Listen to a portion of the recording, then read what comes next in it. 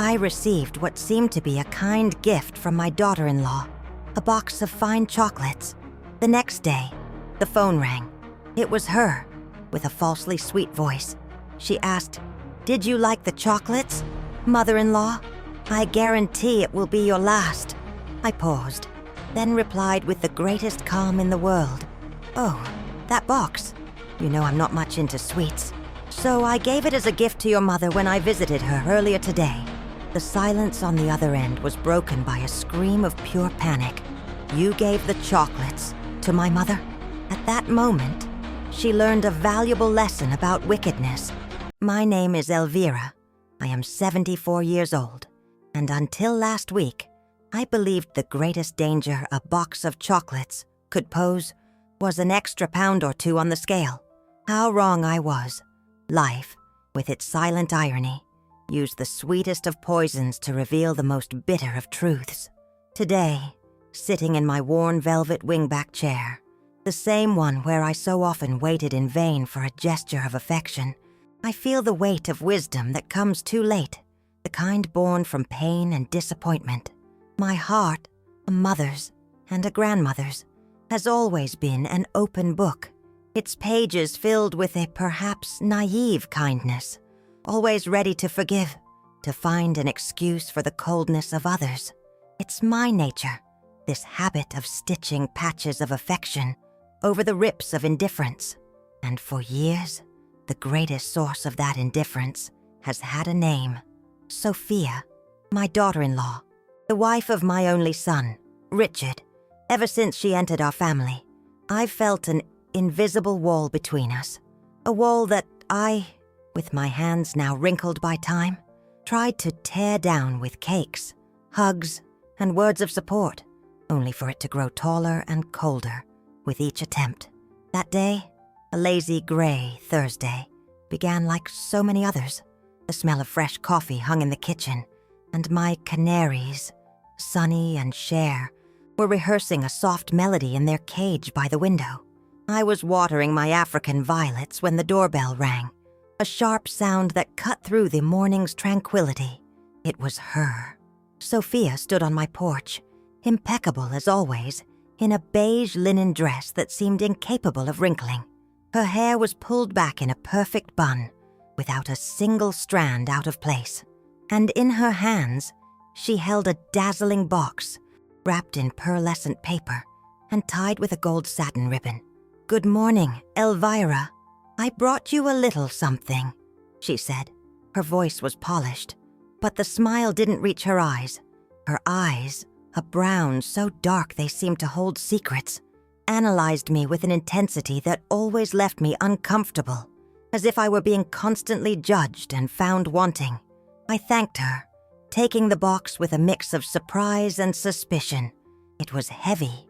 "Oh, Sophia, you shouldn't have," I murmured, trying to sound genuinely grateful. But my intuition, that old companion who rarely fails me, was whispering a warning in my soul. Sophia never gave me gifts. On my birthday, a brief phone call. At Christmas, a card signed along with my son's. This gesture was so out of character that a silent alarm went off inside me. "They're French chocolates, said to be the best in the world," she continued, stepping into my living room uninvited and glancing around with an air of veiled criticism. "I thought you deserved a little treat." The word treat left her mouth in a strange, almost rehearsed way. She knew, because I had mentioned it myself during a Sunday lunch, that my doctor had told me to cut back on sugar. Had she forgotten, or was it something else? I clung to the first option, as I always did. It was easier to believe in forgetfulness than in malice. But as she spoke about her day, with her rigid posture and evasive gaze, I couldn't shake the feeling that the box in my hands was more than just a simple gift. It was a piece in a game I didn't understand, a piece that felt dangerously out of place. I didn't know it yet, but inside that luxurious wrapping, tied with golden ribbons, wasn't just a treat. It was the beginning of the end of the piece I had worked so hard to build. Sophia stayed in my living room for a few more minutes, which dragged on like hours. She sat on the edge of the sofa, her posture erect, her hands resting elegantly on her leather handbag. Her eyes scanned my picture frames, lingering for a moment too long on a photo of me and Richard when he was a boy, with missing teeth and scraped knees. A strange glint passed through her gaze, so quick, I almost thought I'd imagined it. "Sunday lunch at your Aunt Lucy's is still on, right?" she asked, her voice sounding too casual. "Richard is looking forward to it. It's been a while since we've had the whole family together." I nodded, feeling a knot form in my stomach. The lunch. It was the big event of the weekend. I knew she would be there, watching me, and the thought brought a wave of preemptive exhaustion.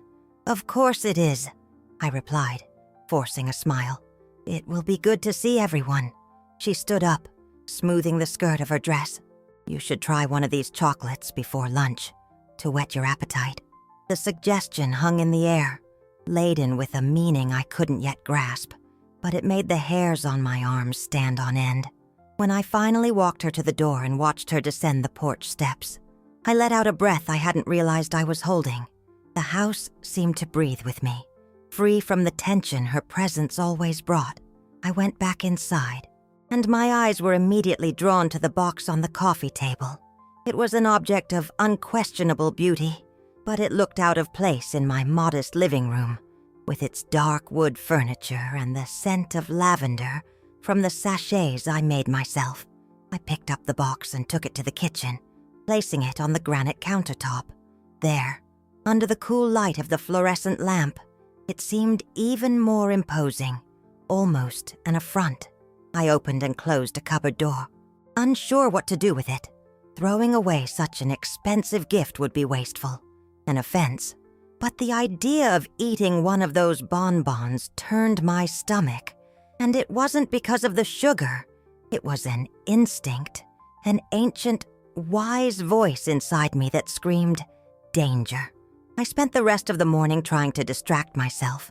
I washed the dishes, pruned the rose bushes in the garden, and chatted with the canaries. But the box remained there, a silent, disturbing presence in my kitchen. Every time I walked past it, I felt that same chill. Why would Sophia do this? Why now? My mind spun in search of answers, always landing on the same painful conclusion. I must have done something to hurt her, something I hadn't even noticed. Perhaps a comment that sounded like criticism, a gesture that was misinterpreted. This guilt, this unwelcome companion, settled in my chest, heavy and suffocating. It was then, as I stared at the golden wrapping reflecting the window light, that a thought came to me, clear and comforting like the sun after a storm. Clara, Sophia's mother, a sweet, easy-to-laugh woman with whom I had built a sincere friendship over the years, an oasis of affection in the desert that was my relationship with her daughter. I remembered our last coffee, just the week before. Clara had told me, her eyes misty with longing, about the sweets she loved but could no longer eat because of her diabetes. She described the taste of a good chocolate with such desire that my heart ached for her. In that instant, it all made sense. The solution to my dilemma was right there. I would give the box to her. It would be a gesture of affection for a dear friend and, at the same time, would solve the problem of this unsettling gift. The idea filled me with such relief that I smiled to myself in the kitchen. I was turning an object of anxiety into a bearer of joy. I picked up the phone, my heart lighter, and dialed her number, eager to hear her voice and plan my visit. Little did I know that, in trying to do good, I was about to pull the trigger on a cruel plan, moving the piece Sophia had placed on my board with terrifying precision. The next morning, the sun seemed to have won its battle with the clouds, and its golden rays streamed through the kitchen window, illuminating the box of chocolates in an almost celestial way. I felt light, as if a weight had been lifted from my shoulders. The decision to give the gift to Clara had swept away the fog of suspicion and anxiety. I called her, and her voice, always melodious and warm, was music to my ears. Elvira, what a lovely surprise. Yes, please come over. The pot of chamomile tea is already waiting for you. An hour later, I was walking through the quiet streets of our neighborhood, holding the bag with the box of chocolates, as if it were a treasure. With every step, I felt more certain of my choice.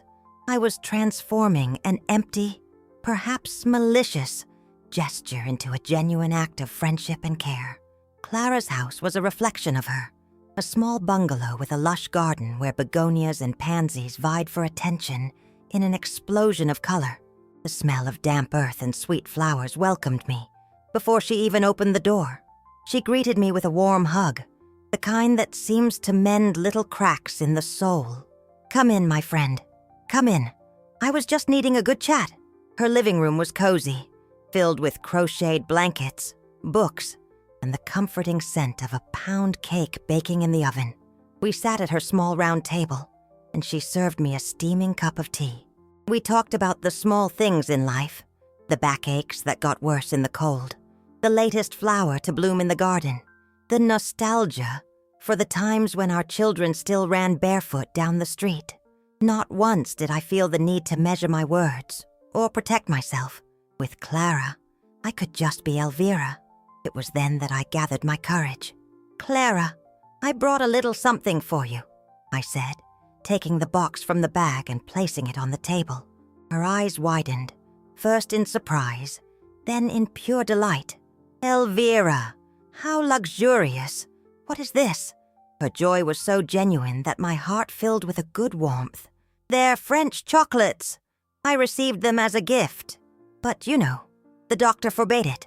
I immediately thought of you, and how much you miss a little sweet. She picked up the box with reverent care, running her fingers over the satin ribbon. You're one of a kind, Elvira. You're the kindest friend I could ever have. Her eyes shone with unshed tears, and I knew I had done the right thing. She opened the box, and an "oh" of admiration escaped her lips as she saw the perfectly arranged bonbons, each a small work of art. I'll have just one, so I don't overdo it, she said, winking at me with a conspiratorial air. The doctor doesn't need to know everything, does he? She chose a square bonbon, dusted with a dark powder, and brought it to her mouth. I watched her face as she chewed slowly, savoring every bit. A smile spread across her lips. Wow, that's delicious. It's unlike anything I've ever tasted. It has an exotic flavor, a little bitter at the end, but it's wonderful. Her happiness was contagious. Watching her enjoy that small, forbidden pleasure brought me immense peace. We stayed there for a while longer, talking and laughing, and for a moment, I completely forgot the origin of the gift. I forgot Sophia's cold smile, her calculating gaze, the feeling of danger. In that moment, in that sunny kitchen, the box of chocolates was just what it was supposed to be, a symbol of sweetness and affection. I said goodbye to Clara with another tight hug and left her house with a light soul, walking back home under the afternoon sun, completely oblivious to the time bomb I had just placed in the hands of my best friend. The peace I felt upon returning home that afternoon was like a balm. The late sun painted long stripes of light across the living room floor, and the silence was filled only by the gentle ticking of the wall clock and the happy chirping of my canaries. I felt proud of myself for turning an uncomfortable situation into an act of kindness. I made a cup of my lemon balm tea and sat in my armchair, feeling the warmth of the mug seep into my hands. For a long time, I just watched the dust motes dance in the sunbeams, feeling a tranquility I hadn't experienced in a long while. The shadow of Sophia and her coldness seemed distant, dissolved by the genuine joy I had seen in Clara's eyes. In that moment, I allowed myself to believe that maybe things could be different, that kindness was still a valuable currency in this world. I was wrong. The tranquility was shattered, abruptly and violently, by the shrill ring of the telephone.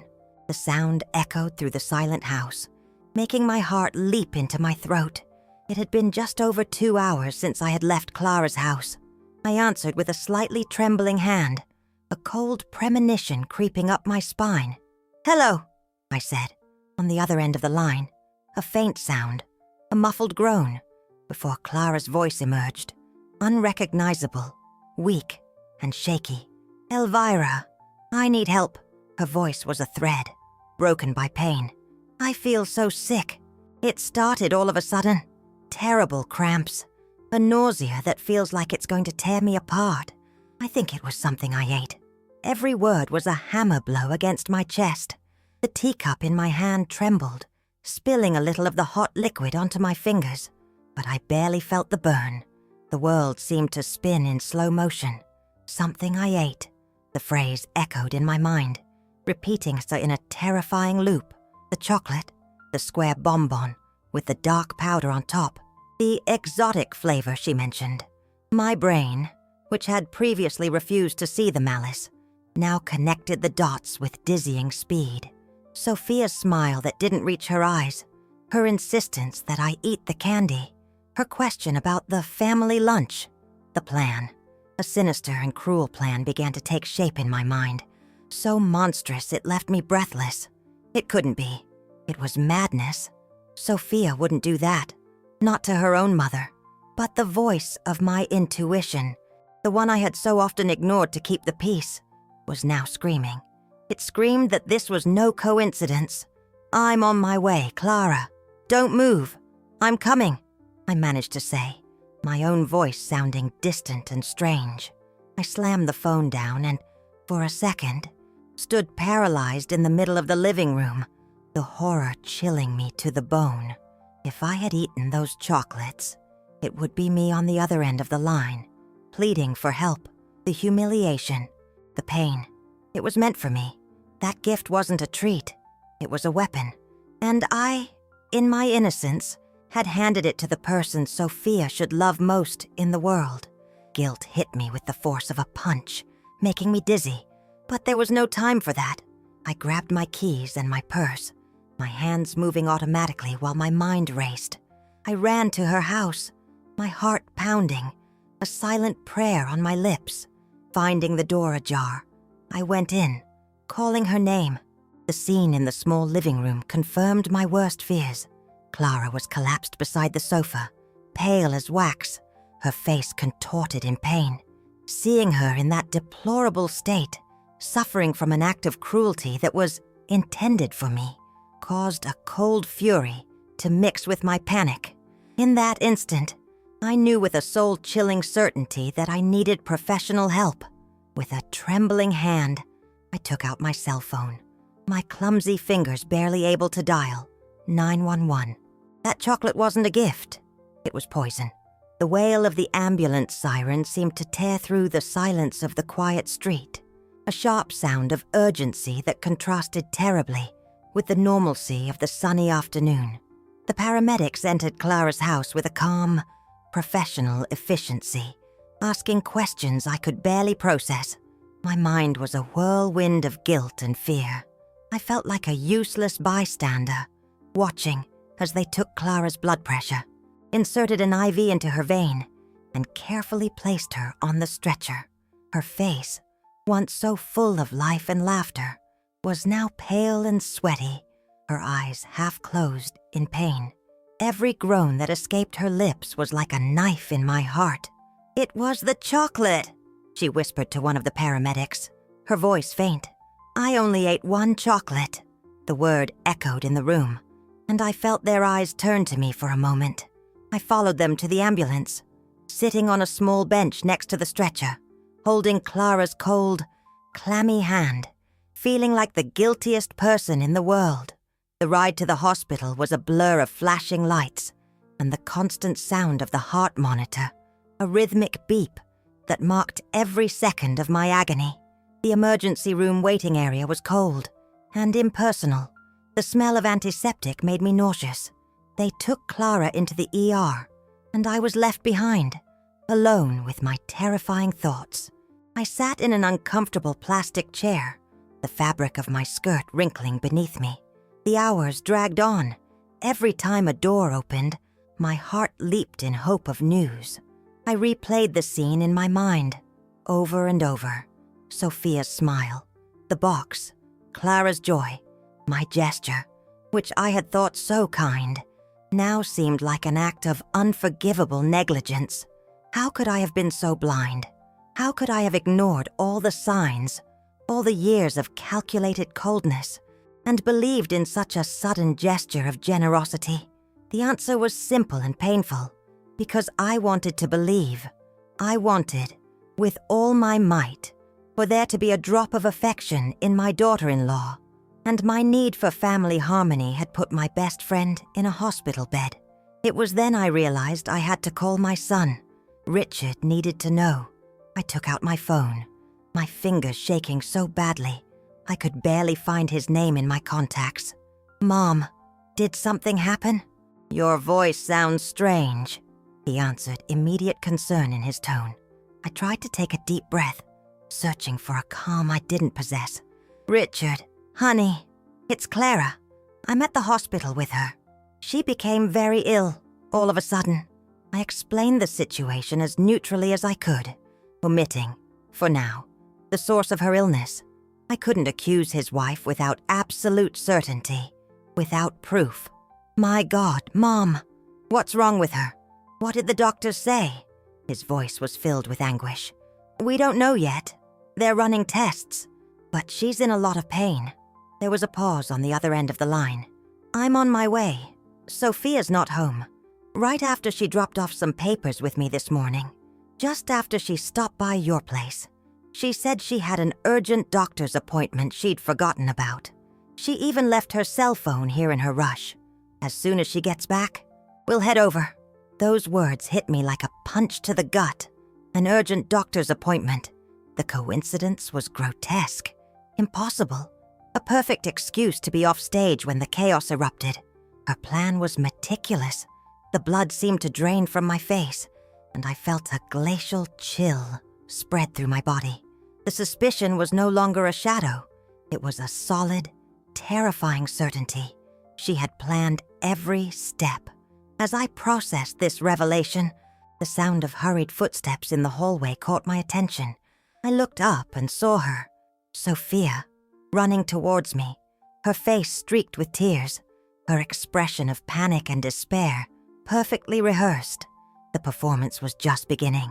Sophia arrived like a hurricane of manufactured emotions, her arms wrapped around me in a tight, suffocating hug, her body trembling with sobs that seemed to come from the depths of her soul. But to me, they rang as false as a $3 bill. "Elvira, what happened? Richard called me. I came as fast as I could. How's my mother?" She rattled off, the words tumbling over each other in a display of panic.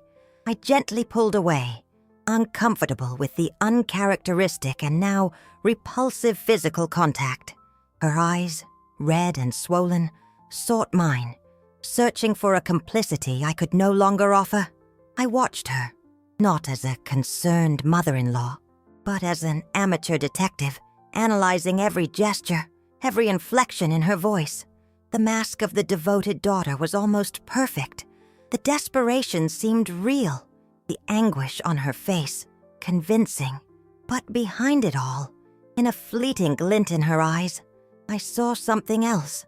I saw the cold calculation, the mind working a mile a minute to control the narrative, to ensure she was the secondary victim of this sudden tragedy. "She's being examined. She had severe cramps. Nausea. The doctors think it was food poisoning," I replied, my voice coming out firmer than I expected. I clung to that explanation, the only one I could give without revealing the torrent of suspicion that was drowning me. "Poisoning? But how? Mom is so careful about what she eats," she exclaimed, bringing a hand to her mouth in a theatrical gesture of shock. She sat down next to me, taking my hand in hers. Her hands were ice cold. "What did she eat today? Do you know, Elvira? Did she tell you anything?" The question was direct, sharp as a knife. She was testing me. She wanted to know if I would make the connection. I looked directly into her eyes, holding her gaze for the first time in years, without feeling intimidated. "She mentioned she ate a chocolate that I brought her this morning," I said, watching her reaction closely. For a fraction of a second, her eyes narrowed, almost imperceptibly. Her jaw tensed. It was a minuscule tell, but to me, it was a confession. She recomposed herself instantly, the look of concern returning to her face. "A chocolate? That's strange. Do you think it was spoiled? Where did you buy it?" She began a subtle but vicious campaign to sow doubt, to deflect any suspicion that might fall on her. "You know, Elvira, at our age, we sometimes get confused. Mom has been so forgetful lately. The other day, her neighbor told me she saw her trying to open the wrong front door. Maybe she ate something else and forgot," she said, with a tone of false confidence. The insinuation was clear and cruel. I was a paranoid old woman, and her mother was senile. Any story about a poisoned chocolate would be dismissed as fantasy or confusion. Rage began to bubble inside me, a slow, hot fury. She wasn't just trying to harm me. She was willing to destroy her own mother's reputation to save herself. Richard's arrival interrupted our tense conversation. My son walked into the waiting room, his face pale with worry. Sophia ran into his arms, crying copiously on his chest. "Richard, it's Mom. She's so sick," she sobbed, seeing him there, holding her, consoling the woman who had orchestrated all of this, caused me a deep pain. He was the innocent victim in the middle of this macabre theater, caught between the mother who loved him and the wife who deceived him. In that moment, I felt terribly alone. I was carrying a monstrous secret, a truth so terrible it could destroy my family. And as I watched my daughter-in-law give the performance of a lifetime, I knew I was trapped in a dangerous web, where my every word would be twisted and used against me. The weight turned into a silent torture. I sat next to my son, who was holding his sobbing wife. The air was heavy with unspoken tension. I felt like an island, isolated in my terrible knowledge. Every minute that passed heightened my anguish and my certainty. Finally, a weary-looking doctor with deep circles under his eyes entered the waiting room, holding a clipboard. The three of us stood up in a single motion.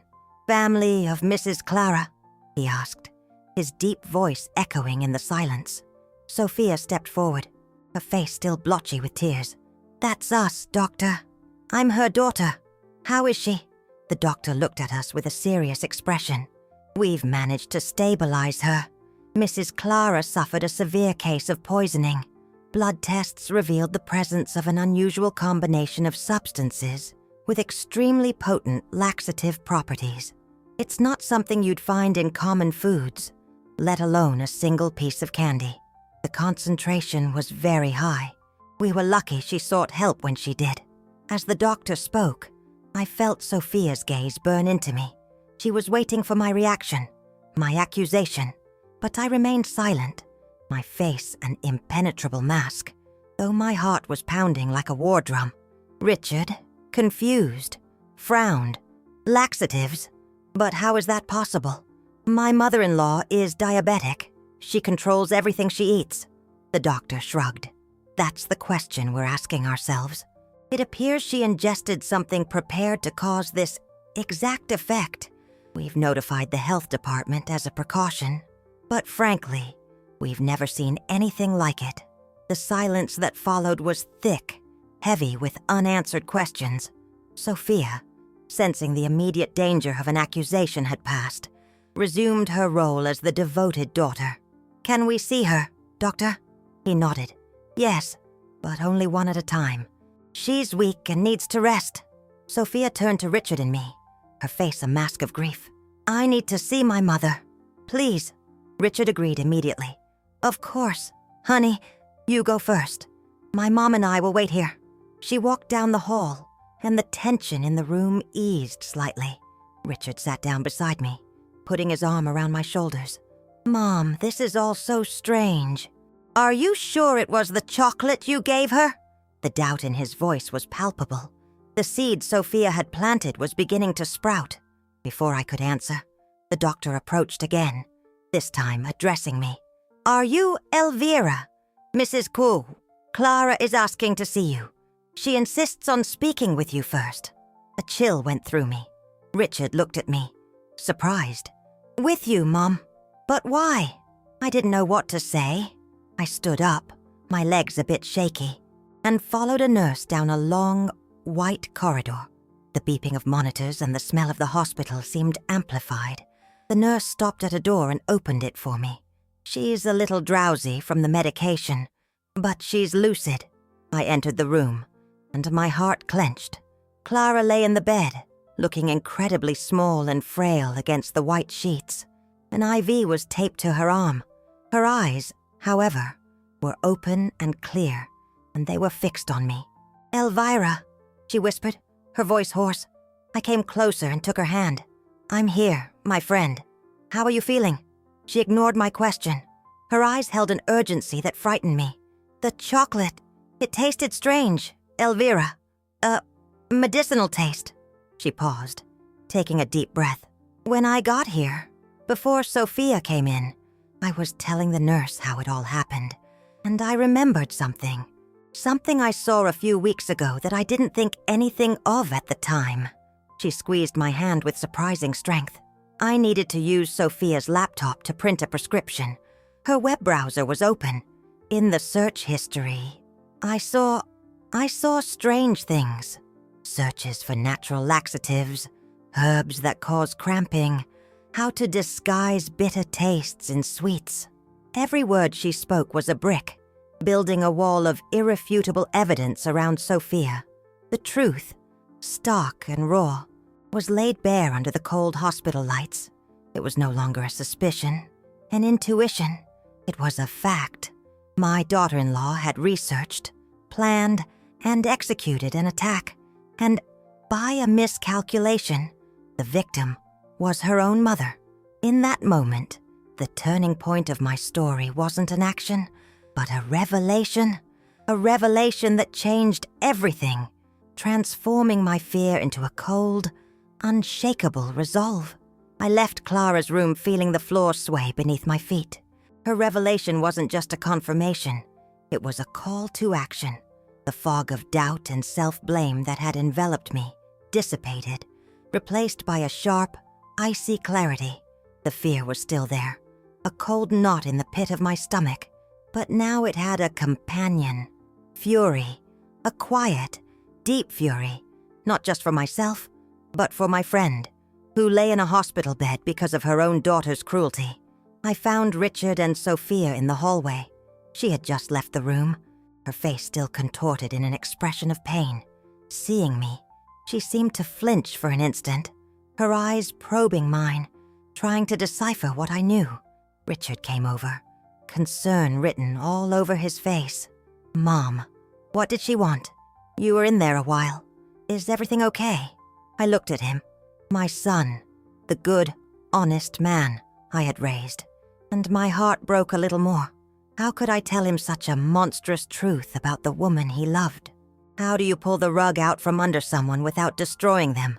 "She's very weak," I answered, my voice carefully neutral. "She just told me not to worry, that she's going to be fine." It was a lie, but a necessary one. I needed time. I needed to think, to form a plan. Accusing Sophia there, in the middle of the hospital corridor, with no more proof than the words of a frail woman, would be a disaster. She would deny everything, paint me as a senile, vengeful old woman, and Richard, in his desire to believe the best, would likely side with her. The war I needed to fight wouldn't be won with shouts and accusations, but with silence, observation, and patience. We went back to the waiting room. Sophia sat a little apart from me, stealing furtive glances when she thought I wasn't looking. The dynamic between us had irrevocably changed. The game of appearances was over. Now, we were two opponents on an invisible battlefield, and the prize was the truth. In the days that followed, the tension in our lives became almost palpable. Clara remained in the hospital, recovering slowly, and I visited her every day. Our conversations were brief, always interrupted by the arrival of nurses or her own exhaustion, but in her eyes, I saw the same determination I felt in my own heart. Sophia, meanwhile, escalated her campaign. She was the picture of the perfect daughter, spending hours by her mother's bedside, bringing flowers, reading magazines to her, to the outside world, and especially to Richard. She was an angel of devotion. But I saw the cracks in the facade. I saw the way her eyes hardened when she thought no one was looking. I saw the tightening of her lips when I entered the hospital room. She knew that I knew, and it terrified her. She started calling me more often, her voice always syrupy, asking if I needed anything, offering to do my grocery shopping. "You seem so worn out, Elvira. You need to take care of yourself. This whole situation is so stressful, especially at our age." The word age was always said with a subtle emphasis, a constant reminder of the narrative she was building, that of the frail, confused, elderly woman. I responded to all her offers with a cool politeness, declining everyone. Each phone call, each gesture of false kindness was a move on the chessboard, and I refused to fall into her traps. Meanwhile, I began my own silent investigation. I needed more than Clara's memory of a browser history. I needed something concrete, something Richard couldn't deny. The idea that began to form in my mind was risky, but it was the only one I had. I needed physical proof, something that would link Sophia directly to the ingredients that had nearly killed her mother. And I had a suspicion of where I might find it. The opportunity I had been waiting for came on a rainy Tuesday, almost a week after Clara's hospitalization. Sophia called, her voice sounding rushed and a little strained.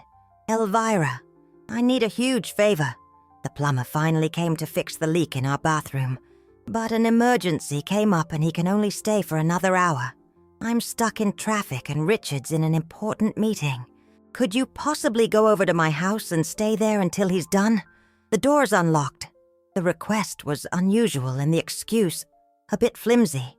My first instinct was to refuse. But then, a surge of adrenaline shot through me. This was my chance. The house would be empty. It was risky, but I knew I wouldn't get another opportunity like it. "Of course, Sophia, I'm on my way," I replied, trying to keep my voice calm as my heart began to beat faster. I hung up and stood for a moment, the rain drumming against the window, the sound echoing the turmoil inside me. I was about to cross a line, to invade my own son's privacy in search of a truth that could destroy his happiness. But the image of Clara, pale and frail in her hospital bed, gave me the strength I needed. I put on my raincoat and walked quickly the few blocks to their house. The street was deserted, and the fine rain created a gray veil over everything. As she'd said, the front door was unlocked. I entered quietly, calling out for the plumber, but the house was completely silent. A note on the entryway table confirmed my suspicions. "Elvira, the plumber called and had to cancel. Something came up. I tried to call you back, but it went to voicemail. Kisses. Sophia." The trap was obvious. She wanted me there for some reason. Perhaps to accuse me of something later, to create another piece in her game of manipulation. But if this was a game, then I could play odd too. The silence of the house was oppressive. Every creak of the floorboard sounded like a shout. I knew I didn't have much time. My objective was clear. The trash. If she had prepared the chocolates at home, there had to be some trace of the ingredients, some discarded packaging. I went straight to the kitchen, my heart hammering against my ribs. The trash can under the sink was almost full. With trembling hands, protected by a pair of rubber gloves I found under the sink, I began to sift through the contents. Food scraps, yogurt containers, coffee grounds. Nothing. I felt a pang of despair. Maybe I was wrong. Maybe she had been more careful. Then I remembered the recycling bin they kept in the utility room just off the kitchen. I stepped out onto the small back porch, the rain soaking my shoes. The blue plastic container was next to the washing machine. I took a deep breath and lifted the lid. And there it was, Amidst the plastic bottles and milk cartons was a small, brown paper bag from a health food store I knew downtown. With my heart in my throat, I pulled the bag out. Inside were several empty packets: powdered senna leaf, cascara sagrada bark, rhubarb root, and a small dark glass vial with a label for a concentrated oil whose name I didn't recognize. These were them, the ingredients, the proof. I carefully folded the paper bag and hid it deep inside my purse. Under the lining, my whole body was shaking, a mixture of fear, revulsion, and a strange kind of triumph. I had it, the physical, irrefutable proof of Sophia's premeditation. I went back inside, closed the lid of the bin, and made sure everything looked as it had before. I left the house, locking the door behind me, and walked back to my own, the rain now feeling like an ally, washing the world and hiding my tracks. When I got home, I took the paper bag from my purse and put it in a safe place.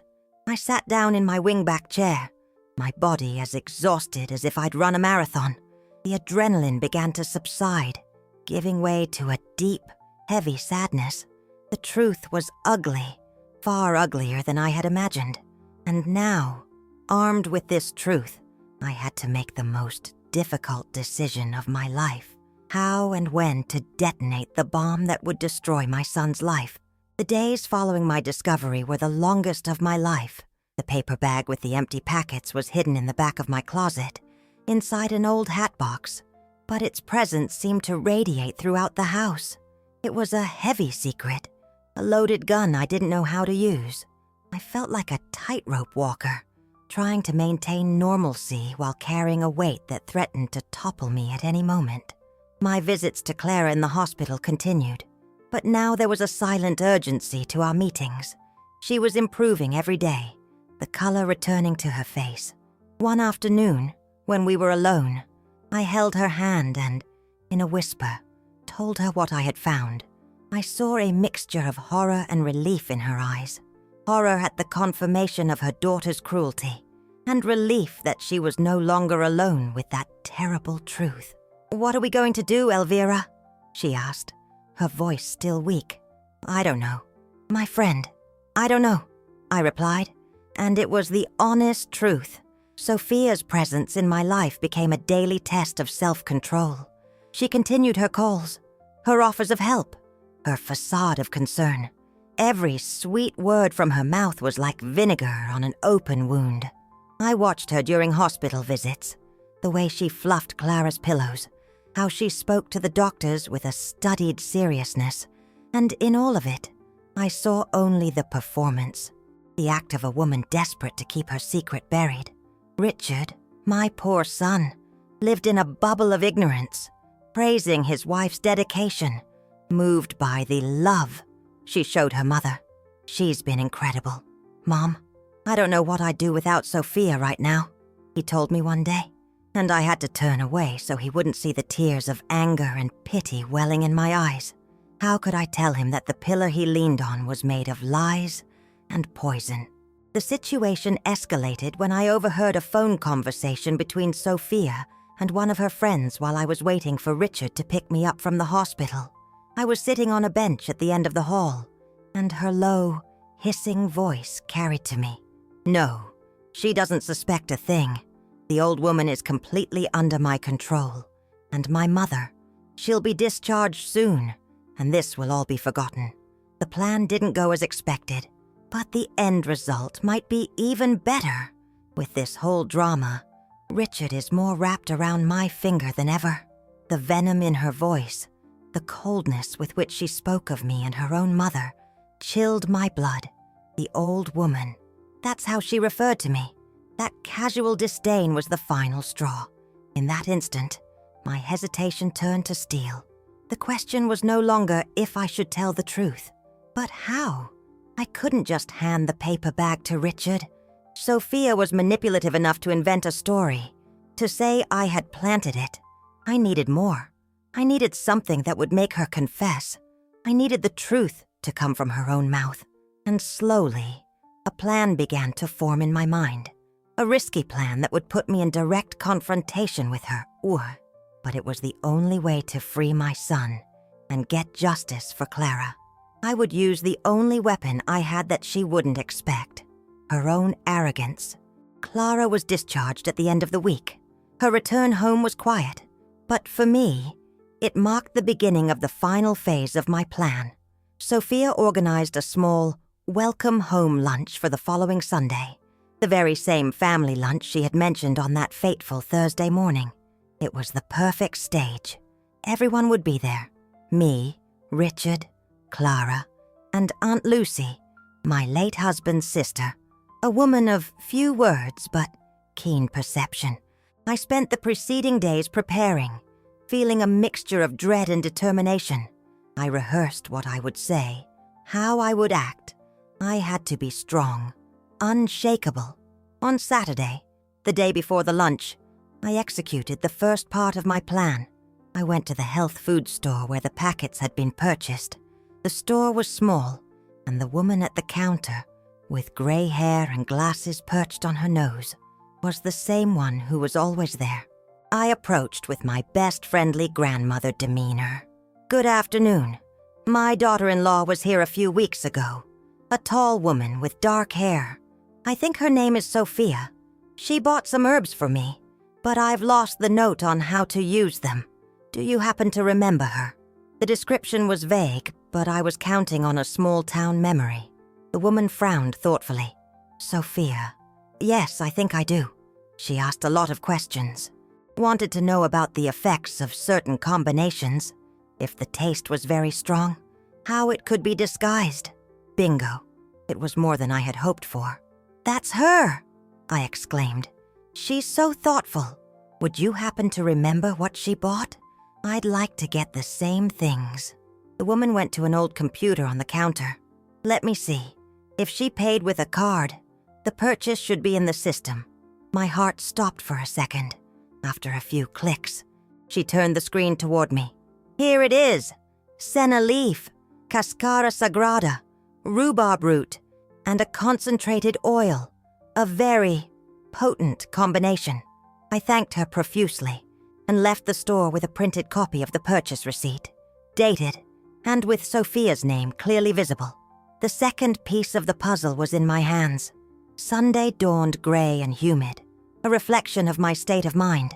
I arrived at my son's house feeling every one of my 74 years. Sophia greeted me with a radiant smile, the perfect hostess. The house smelled of roasted meat and fresh flowers. Clara was sitting in an armchair in the living room, looking a bit pale but with a firm, resolute gaze. Our eyes met for an instant, a silent exchange of support and courage. The lunch proceeded in an atmosphere of forced normalcy. Sophia chattered endlessly, telling amusing stories, refilling glasses, ensuring everyone was comfortable. Richard looked at her with admiration, oblivious to the storm about to break. I ate little, each bite feeling as heavy as lead. My moment was approaching. When the coffee was served, I took a deep breath. It was now or never. "Sophia, dear," I began, my voice surprisingly calm. "I need to thank you again for those chocolates you brought me. It was such a shame I couldn't eat them." She looked at me, a flicker of caution in her eyes. "It was nothing, Elvira. What matters is that everyone is all right now." "Yes, everyone is all right," I continued, looking directly at her. "But I was curious about them. They had such a particular taste. I went to the health food store downtown to try and find something similar. And coincidentally, the clerk remembered you. She even showed me the receipt from your purchase." At that moment, I took the folded receipt from my purse and placed it on the coffee table, next to Sophia's cup. The silence that fell over the room was absolute, heavy and thick. Her smile froze. Richard's face twisted in confusion. The air became electric, charged with the impending revelation. Sophia's mask began to crack, and underneath it, for the first time, I saw pure, undisguised panic. The piece of paper on the coffee table looked small, harmless, but it carried the weight of an anvil. The silence stretched, growing so thin and taut it felt like it might snap. All eyes were fixed on Sophia. The blood had drained from her face, leaving her a ghastly white. Her lips parted, but no sound came out. She looked from the receipt to me, and in her eyes, I no longer saw cold calculation, but the terror of a cornered animal. Richard was the first to break the silence, his voice hoarse with disbelief. "Mom, what is this? What receipt?" He reached for the paper, but I was quicker. I picked it up and handed it directly to him. "It's the receipt for the purchases your wife made, son, days before she gifted me the chocolates." Richard unfolded the paper, his eyes scanning the list of ingredients. I saw the confusion on his face slowly morph into a horrifying suspicion. He looked up at Sophia, a silent question in his eyes. It was then that Sophia's mask didn't just crack, it shattered. Panic gave way to desperate denial. "This is absurd! It's insane!" she said, her voice rising an octave, becoming shrill. "Your mother is setting me up. She never liked me. She's old, senile. She's making things up." She turned to me, her eyes blazing with hatred. "You want to destroy my marriage. That's it, isn't it?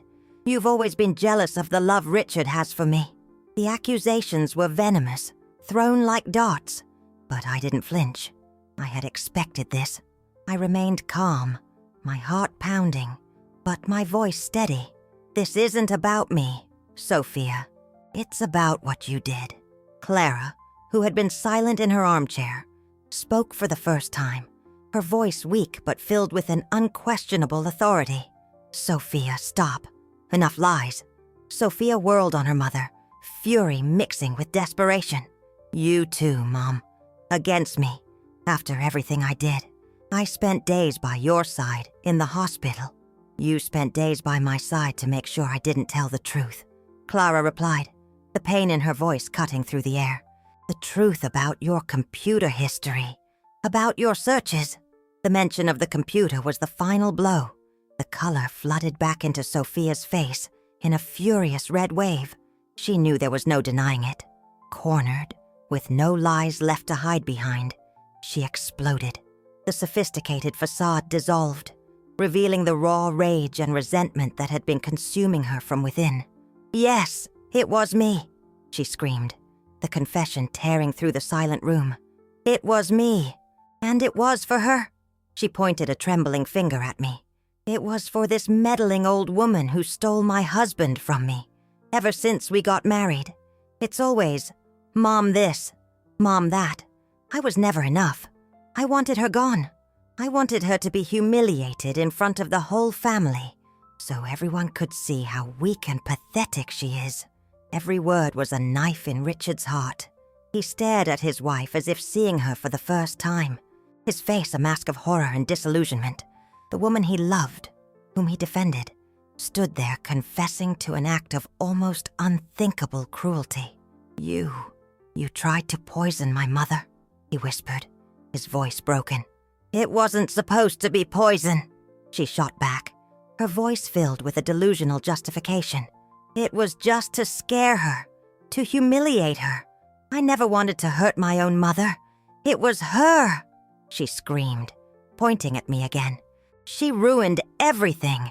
If she had just eaten the chocolates like she was supposed to, none of this would have happened." The twisted logic, the complete lack of remorse for what had almost happened to Clara, hung in the air, more shocking than the confession itself. The moment of greatest tension wasn't the discovery, but the revelation of the darkness that lived in Sophia's soul. And in the middle of that room, with the shards of his marriage scattered on the floor, my son finally saw the truth, the terrible, liberating truth. Sophia's confession hung in the air like toxic smoke, choking any remnant of normalcy that had existed in that room. Her scream echoed and then dissolved into dry, desperate sobs, the sound of someone who had finally realized the depth of the abyss into which she had thrown herself. Richard stood motionless for a long moment, his face as pale as marble, processing the brutality of her words.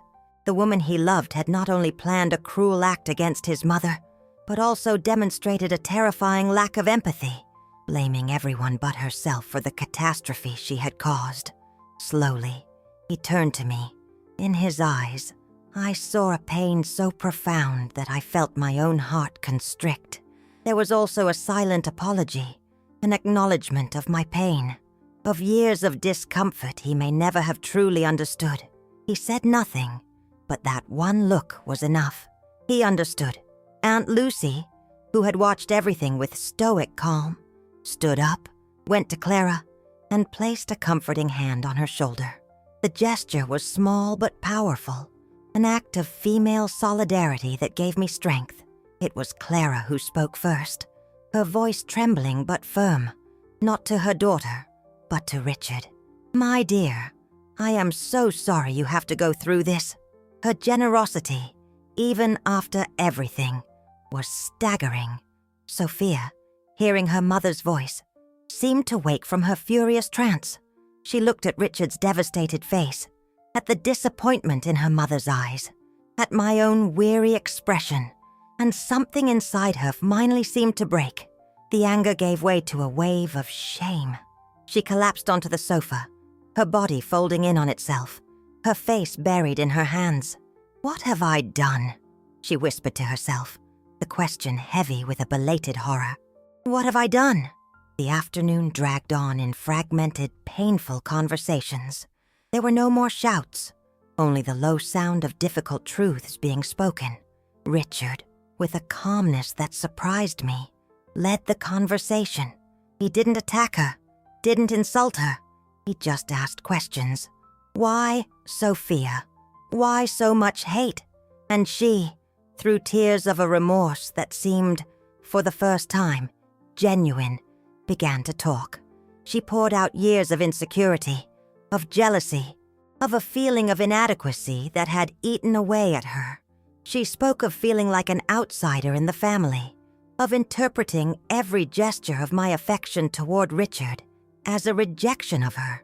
She told him how the resentment had grown into an obsession, to the point where she believed my public humiliation was the only way she could finally claim her place beside her husband. They weren't excuses, but they were explanations, pieces of a dark puzzle no one knew existed. By the end of the afternoon, a decision had been made, not by me, not by Clara, but by Richard. He turned to Sophia, his face tired, but his voice clear. "I don't know if I can forgive you, Sophia. Not now, and I don't know what will become of our marriage, but I know you need help, and I need space." It was decided that Sophia would go to stay with a sister in another state for a while, to think, to get treatment, to remove herself from the environment she herself had poisoned. The resolution wasn't explosive, but quiet and sad. The goodbye was awkward. Sophia, with downcast eyes, apologized to me and to her mother. A whispered, almost inaudible, "I'm sorry." I just nodded. Words were insufficient to heal the wounds she had opened. When she left, driven by Richard, the house seemed to exhale a collective sigh of relief. The tension that had dominated our lives for so long finally dissipated. The truth, however painful, had cleared the air. Aunt Lucy, Clara, and I sat in silence for a long time, the late afternoon sun streaming through the window. The battle was over. There were no victors, only survivors, and the long, uncertain journey of healing was just beginning. 2 weeks have passed since that devastating Sunday. 2 weeks in which the silence in my house is no longer synonymous with loneliness, but with peace. Richard calls me every day. Our conversations are long, filled with a new kind of honesty. He's told me about the pain of watching his marriage crumble, about the guilt he feels for not noticing Sophia's suffering or my own distress. I listen, without judgment, offering the comfort only a mother can. He started therapy, a brave step toward understanding his own part in that unhealthy family dynamic and deciding the future of his relationship. Sophia is also seeking professional help. Richard told me she calls her mother every day in difficult, tear-filled conversations where, for the first time, She is trying to understand the source of her anger. There is no easy or quick path to reconciliation, and perhaps it will never fully happen. But the first step, that of acknowledging the wrong, has been taken. My friendship with Clara has deepened, forged in the fire of that ordeal. We meet most afternoons. We sit in her garden, now full of spring blossoms, and talk about everything and nothing. We no longer mention the chocolates or the hospital. We don't need to.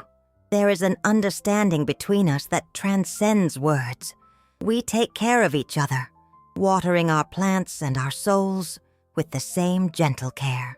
The box of chocolates, the object that nearly destroyed us, has become a paradoxical symbol. It was a catalyst for pain, but also for truth. It taught me, in the hardest way possible, to trust my intuition, that wise voice I had so often tried to silence in the name of harmony. I learned that true peace comes not from avoiding conflict, but from facing it with courage and integrity. And I learned that my tendency to absorb guilt that was not mine was a burden I no longer needed to carry. I was not responsible for Sophia's unhappiness. I was merely its target.